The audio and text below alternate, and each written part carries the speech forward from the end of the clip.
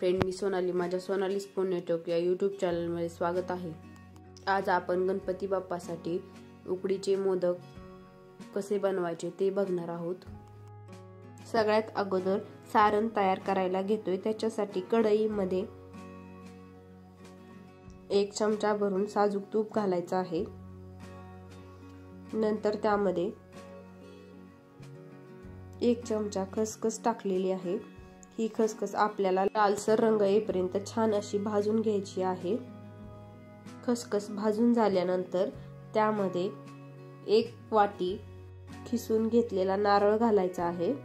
त्याचं आपल्याला मॉइश्चर कमी करून घ्यायचं आहे. आणि नंतर त्यामध्ये गूळ घालायचा आहे. हा गूळ आपण पूर्णपणे वितळून घेणार आहोत.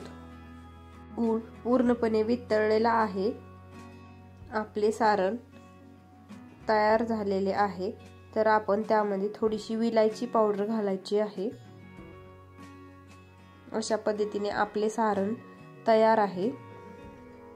आता आपण उकड बनवायला घेऊया. त्यासाठी मी कढईत 2 वाटी पाणी उकळण्यासाठी ठेवत आहे. त्यामध्ये 1 चमचा साजूक तूप घालायचं आहे. नंतर चवीपुरतं मीठ घालायचं आहे.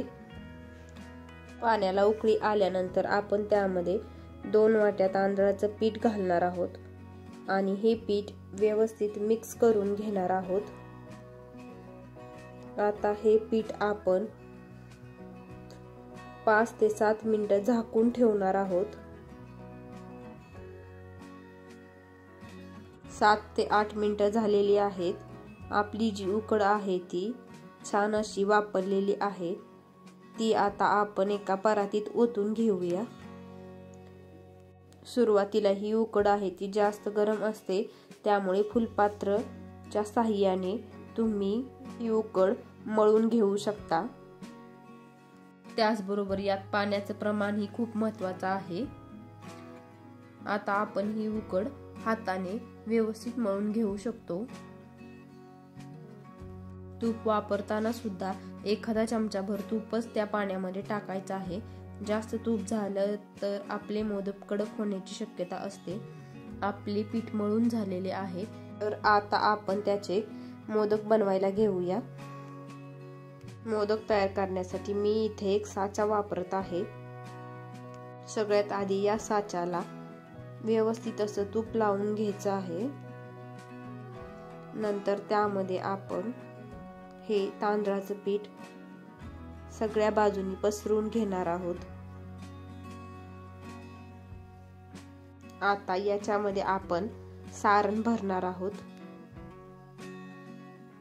सारण भरून झाल्यानंतर खालच्या बाजूला मोदक पीठ लावून बंद करून घ्यायचा आहे. तर तुम्ही बघू शकता आपला खूप सुंदर असा मोदक तयार झालेला आहे. तर मी राहिलेले मोदक अशाच पद्धतीने तयार करून घेते. आता आपण हे मोदक उकडण्यासाठी ठेवूया. त्यासाठी मी एक चाळण घेतलेली आहे. त्यामध्ये केळीचे पान ठेवलेले आहे आणि त्यावरती आपण हे मोदक ठेवायचे आहेत. नंतर त्यावर थोडंसं केसर घालणार आहे. पातेल्यात पाणी उकळत ठेवलेलं होतं, त्यावर आपण हे मोदकाची चाळण ठेवणार आहोत आणि त्यावर हे केळीचं पान झाकून नंतर त्यावर एक ताट झाकून 15 ते 20 मिनिटं ठेवणार आहोत. 15-20 मिनिटं झाल्यानंतर आपले मोदक पूर्णपणे उकळलेले आहेत. ते मी एका डिश मध्ये काढून घेणार आहे. अशा पद्धतीने गणपती बाप्पाचे आवडते उकडीचे मोदक तयार झालेले आहेत. मी दुसऱ्या पद्धतीने मोदक बनवून दाखवणार आहे. त्यासाठी मी एक छोटी गोळी घेतलेली आहे. त्याची मी हाताने एक पारी बनवून घेणार आहे. अशा पद्धतीने पारी बनवून घेणार आहे. नंतर त्यामध्ये थोडेसे सारण भरून घेणार आहे. सारण भरून झाल्यानंतर आपण 3 बोटाच्या साहाय्याने अशा पद्धतीने त्याच्या पाकळ्या पाडून घेणार आहोत. नंतर हळूहळू या पाकळ्या एकत्र करून त्याला मोदकाचा आकार देऊन घेणार आहोत. अशा पद्धतीने आपला मोदक उकडण्यासाठी तयार आहे। तर मी राहिलेले मोदक बनवून घेते। तर या मोदकाला मी केशर लावून घेणार आहे। आता हे मोदक उकडण्यासाठी मी एक चाळण घेतलेली आहे, त्यावर हाताने थोडंसं तूप पसरून घेऊन हे मोदक त्यामध्ये ठेवून घेणार आहे। गॅसवर मी पातेल्यात पाणी उकळत ठेवले होतं, त्यावर आपण ही चाळण ठेवायची आहे। झाकण झाकून 15 ते 20 मिनिटं हे मोदक चांगले उकडून घ्यायचे आहेत। अशा पद्धतीने आपले उकडीचे मोदक तयार झालेले आहेत। तर तुम्ही पण नक्की तयार करून बघा। माझी रेसिपी आवडल्यास लाईक, शेअर, सबस्क्राईब करा। चला तर मग भेटूया अशाच नवीन रेसिपीमध्ये। थँक्यू।